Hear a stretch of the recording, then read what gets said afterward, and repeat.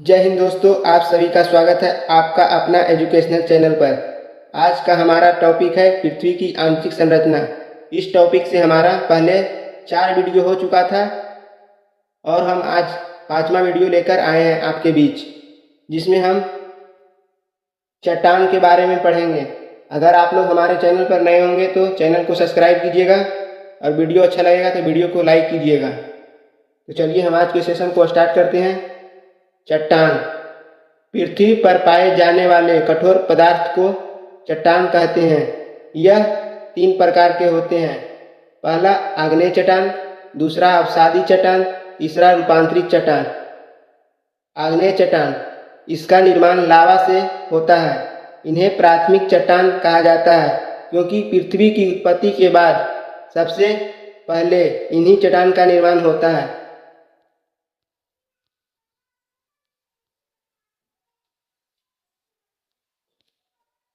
यह चट्टान कठोर एवं रवेदार होते हैं, जिस पर रासायनिक अपक्षय का प्रभाव कम पड़ता है, परंतु भौतिक अपक्षय का प्रभाव अधिक पड़ता है।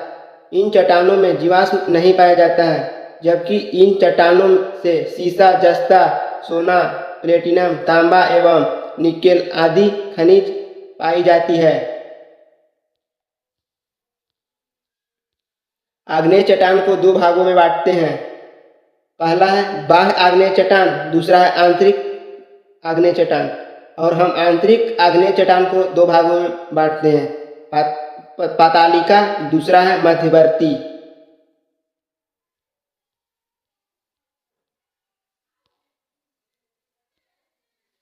बाह्य आग्नेय चट्टान, इस प्रकार की चट्टान का निर्माण तब होता है जब लावा भूमि के ऊपर जम जाता है।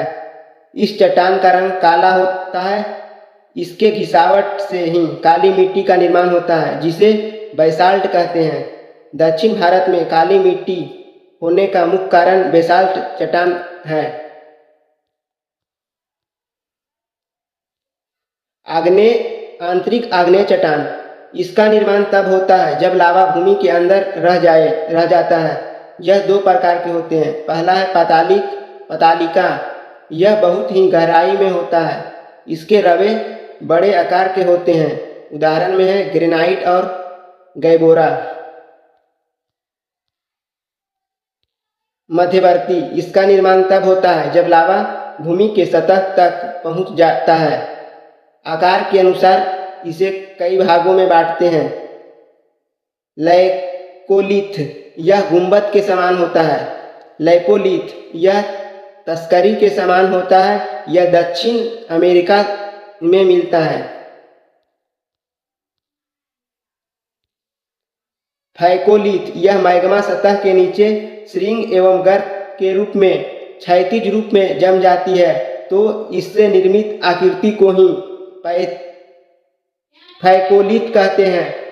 सील, ज्वालामुखी मैग्मा जब सतह के नीचे एक पतली परत के रूप में जम जाता है तो उसे शीट कहते हैं, किंतु जब मैग्मा की मोटाई बहुत अधिक हो जाती है तो उसे सील कहते हैं। यह छत्तीसगढ़ तथा झारखंड में पाया जाता है। डाइक, जब मैग्मा सतह के अंदर ऊर्ध्वाधर रूप में स्तंभ के समान जम जाता है तो उसे डाइक कहते हैं। सिंधभूम जिले में अनेक डाइक मिलते हैं। बैथोलिथ, ज्वालामुखी उद्गार के बाद जब मैग्मा अत्यधिक गहराई में गुंबद संरचना के रूप में जम जाता है तो इस निर्मित आकृति को ही बैथोलिथ कहते हैं। यह मूलतः ग्रेनाइट से बना होता है। भारत में रांची के पठार पर इस प्रकार की संरचना पाई जाती है।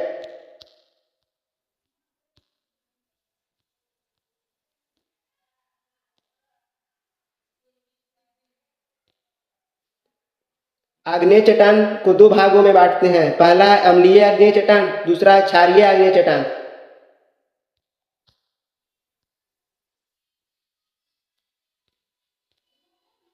अम्लीय आग्नेय चट्टान, इस प्रकार के चट्टान में सिलिका की मात्रा अधिक होती है, जिसके कारण यह अम्लीय होते हैं एवं इन चट्टानों से ऊंची ज्वालामुखी पर्वतों का निर्माण होता है। उदाहरण में ग्रेनाइट एवं रायोलाइट।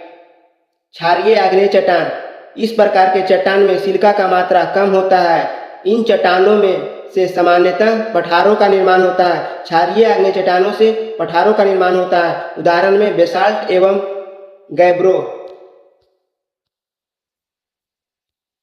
अवसादी चट्टान, इस प्रकार की चट्टानों का निर्माण आग्नेय चट्टान के टूटने फूटने एवं अवसादन की प्रक्रिया फलस्वरूप होते हैं, इसलिए इसे परतदार चट्टान भी कहते हैं। अवसादी चट्टानों को तलछटी चट्टान भी कहते हैं।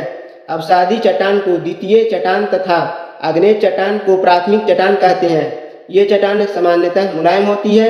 उदाहरण में बालू पत्थर, चिकनी मिट्टी, चूना पत्थर, ग्लेशियर के अपरदन से भी अवसादी चट्टान का निर्माण होते हैं। उदाहरण में हिमोड, मोरेम। सभी ईंधन प्राकृतिक गैस तथा पेट्रोलियम की प्राप्ति अवसादी चट्टान से होती है।